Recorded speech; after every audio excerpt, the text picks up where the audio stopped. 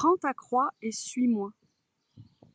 Est-ce que cette phrase, elle t'a déjà pesé dans le corps? Pas comme une idée, mais comme quelque chose de lourd qui s'est déposé en toi très tôt et parfois de manière complètement insidieuse et inconsciente. Est-ce qu'elle t'a dit, sans forcément le formuler, que souffrir, c'était une preuve d'amour, de foi, que porter, endurer, renoncer à toi-même, c'était ça, être fidèle à Dieu? Si quelque chose s'est contracté en toi en écoutant cette phrase, eh bien cette vidéo est pour toi. Bonjour, je suis Achéra, je suis psychopraticienne et enseignante en spiritualité incarnée. Et sur cette chaîne, on retourne ensemble les phrases sacrées pour retrouver leur sens originel, ce qu'elles disaient avant les traductions, avant les dogmes. Alors cette phrase, prends ta croix et suis-moi, elle a érigé la souffrance et le sacrifice en preuve d'amour. Elle dit, plus tu portes, plus tu aimes, plus tu endures, plus tu es fidèle, plus tu t'oublies, plus tu te rapproches de Dieu. Pour les femmes en particulier, elle a vraiment fonctionné comme un outil de soumission. Encaisse, tais-toi, offre ta douleur, renonce à toi-même, à tes désirs, à tes besoins, à ton discernement. Elle a fabriqué des dévouements qui ressemblaient à de l'amour, mais qui en fait étaient de la soumission. Elle a fabriqué des obéissances qui ressemblaient à de la foi, mais qui en fait étaient de la peur. Et quand l'épuisement devient insupportable, quand quelque chose en toi, dans ton corps, refuse et lâche, eh bien, c'est une défaillance spirituelle de plus. Pas assez d'amour, pas assez de foi. C'est le cercle vicieux sans fond. Eh bien, en araméen, la langue que parlait Yeshua, cette phrase, elle ne ressemble pas du tout à ça. Cette phrase, elle entre en résonance avec une des lignes de la prière du Notre Père en araméen, la prière Abvoun, cette ligne qui se dit Nehwe tsevianach aikana de bashemaya af baar a. Nehwe tsevianach aikana de bashemaya af baar a.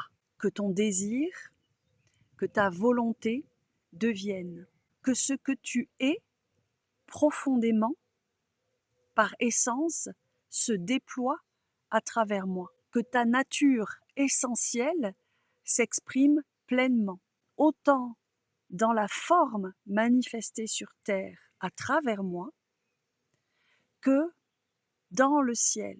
Ça n'est pas une invitation à l'effacement, c'est une invitation à l'alignement. Et la croix, avant d'être un instrument de torture, avant d'être le symbole d'un supplice à imiter, elle est une géographie sacrée. Dans la vision du prophète Ézéchiel, il y a une image d'une puissance extraordinaire.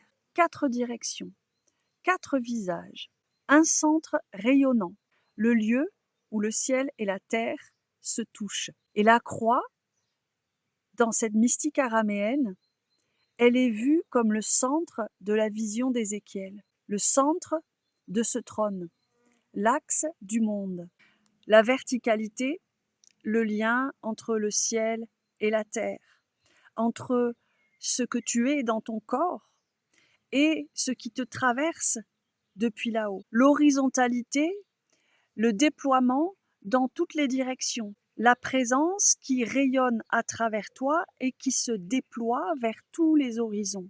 Alors prendre sa croix, porter sa croix dans ce sens-là, ça n'est pas porter un fardeau supplémentaire, c'est se tenir debout au centre de soi-même.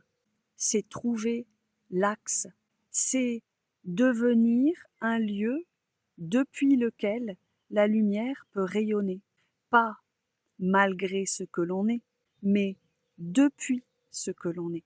Ça n'est pas une invitation à souffrir davantage, c'est une invitation à devenir le carrefour vivant entre le ciel et la terre. Une invitation à rayonner depuis un endroit réel, ancré, orienté.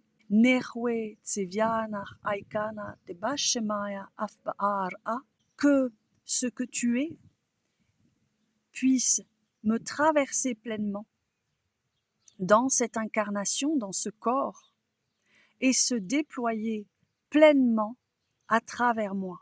à travers ce que je suis, à travers ma manière unique de refléter ta lumière.